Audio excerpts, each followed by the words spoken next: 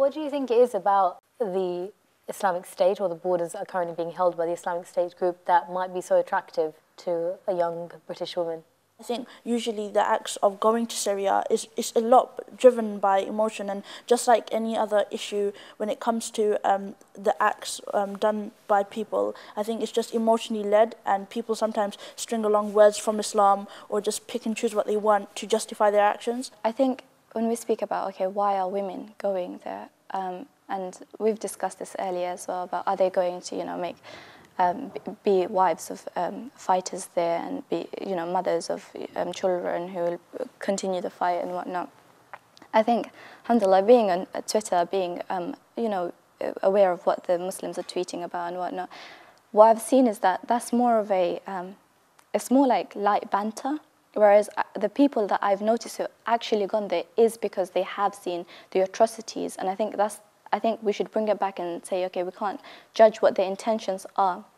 And the question that we should really be asking is, how comes, if their intentions are, to help and protect women and children, wasn't that the same narrative that the Western government used, US and UK government used, we're going to protect women and children in Iraq and Afghanistan? And similarly, they said that they were thinking about, going into Syria for the same reason.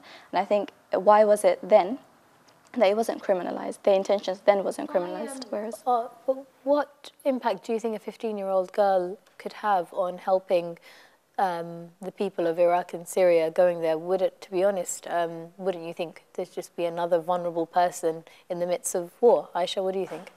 Yeah, I feel as though they're at the age where they don't stop and think about all these responsibilities and what not to do. They just rush into it.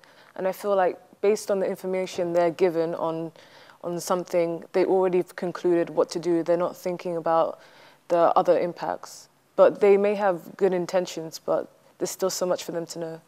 Sorry, I just wanted to add to that point that they're missing the point, what Islam teaches. Like, your family comes first, and how could you put your mom through this? How could you put your family, your community, the whole, you have Islamic image in you, how could you put that through this? And going to that point where they made about the politics side, it's like, why are we not asking the government questions? It's just the being seen and being heard. We're all looking to make an impact, make a change in the world. And I feel maybe that a lot of these young people that are my age feel like, wait, by going to Syria, I'll be able to be like a superhero. It's as basic as that. It's these intentions, it's these innocent intentions, which sometimes can obviously be manipulated or interrogated and stuff like that. But when it comes to basics, it's just young people that really do want to make a difference, really do want to make a change. And what happens after that, or what their ideals are after that, obviously can be debated. It's a really interesting idea there, but superheroes. I think there's a lot of pressure on young Muslim women here. Do you feel like there's pressure to make a difference? Do you think you have pressures placed on you as young women in society, pressures to look a certain way, be a certain way, achieve certain things? If I start with you, Humara. I think, I don't think that would be the drive, but I think all of us do feel a pressure as young women to look and dress and, act in a certain way. But that's whether we're Muslim women or non-Muslim women, we always have this pressure to live up to this certain standard, this certain beauty standard that, we have to be this and we have to be successful now and we have to go to uni, get a degree, get a job. We have all of these expectations, and that's both Muslims and non-Muslims feeling that pressure as women.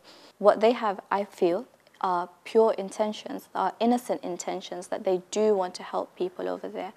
And they feel like, maybe my life, I can do something with it. Whether they can or can't, maybe they haven't thought that through. But they feel like, I need to do it. And to be honest, wouldn't we, you spoke about heroes and whatnot.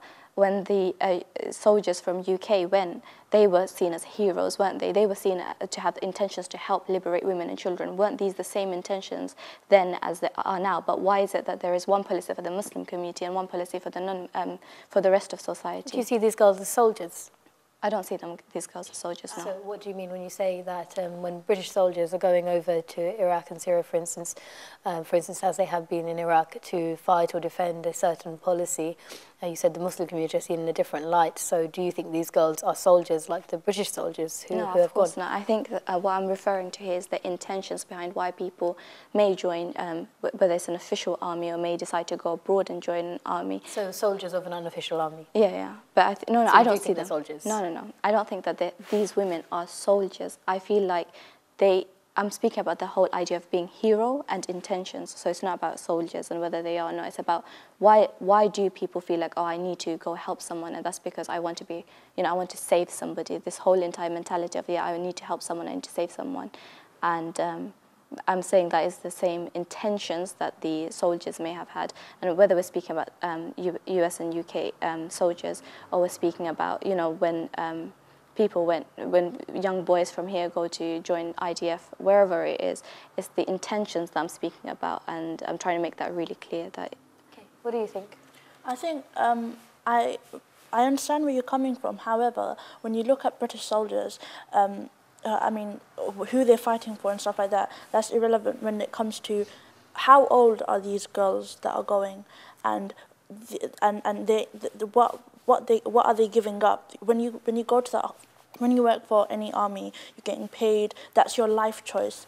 The thing is, I feel like when a lot of Muslim girls have gone, or Muslim boys have gone, they haven't acknowledged it as a life choice. They've just done it, and what they have given up is their education, and they've given up family and a lot of other things. We have to look at it like this. I mean, they may have started off the right intention, and I feel like they haven't thought this through. But the main difference between them and the army is, well, like I said, the army is a life choice. The army is something that they were qualified to do. These young people aren't qualified to go to another country in the middle of war, and just like that, they are young. 15, 14 years old, you wouldn't be allowed to join the army. Even the British Army, you're allowed to sign up at 16, but you're not going to be deployed until older. At the age of 16, still can't vote in this country. If you can't vote in this country, how can you go to another country and fight? It doesn't, yeah. If I could just bring Naveeda in. What do you think, Naveeda? I think what they're thinking about the youngest going there and fighting is like an adventure. Like that's how I see it. That's how I think that the youngest, like 15-year-olds and 16-year-olds, going there, seeing it like a place that they could go and express themselves and everything else. But like coming back to the intention, like the intention is very important. Like, what are they going there for? Obviously, they're going there to try to save lives, but they're just putting more hardship to other people that's there. With young girls going to places like this, do you think maybe, I know we spoke about fitting into society, being a part of something, do you think that's one of the things that might be a pull, in that you're a part of one group where you're accepted for your hijab, you're accepted for the way you dress, and maybe even honoured that way? Do you think that's a pull for some of these girls who might be leaving? Hiba? Yeah, definitely. So many people, like if someone wears a niqab over here, like in London, I've seen so many people being spat on, being sworn at, but and obviously it affects them emotionally, and so many young people might think that if I go to Syria, for example, I can, wear the niqab and be praised, and it will be something, good reputation, and I won't be sworn at, I won't be spat at, I will actually be respected. So they might think that's a good thing. What do you think? I think the fact that we're living in this reality where sisters who wear the niqab or even the hijab are being spat at, I think that's a scary reality for the Muslim community, which is only increasing by criminalizing people who are going there and wanting to come back. Okay, I'm going to move on. I'm going to ask you one final question, and I want you all to give me a very quick answer on this. Now, one thing that will come up is role models. Do you think because of a lack of role models, people are looking elsewhere? Do you think there's something missing in the mix in what might drive people away? And if you don't agree, you can say so also. If I could start with you, Naveeda. I don't think it's much of the role models. Like, we have, alhamdulillah, lots of role models, like the Prophet himself. I think the whole thing is how the society over here are engaging with the youngest right now. So I think that's the main thing that we're missing. It's not about the role models that they will go there and be like Baghdadi or whatever. It's how we engage with the youth, how we talk to them, and hear their views and everything. Maria? Yeah, I think we've got so many role models like the Prophet ﷺ. It's not about role models, it's just about how we are as young people accepted in society. Yeah, I definitely agree.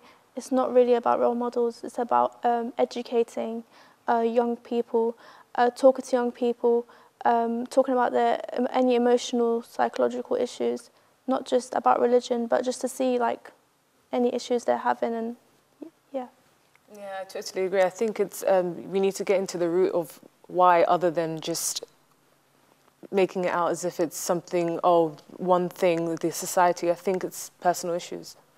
I think, yeah, I agree that it's not to do with the role models or the lack of them, and about representation from certain organizations. I think the problem or the missing thing is that we don't want to be treated as if we have a problem. The Muslim community has a problem, and the youth of the Muslim community, there's a problem within it. What we want to be treated like is we want to, not be criminalized and speak to us as if, we're just, another Muslim student.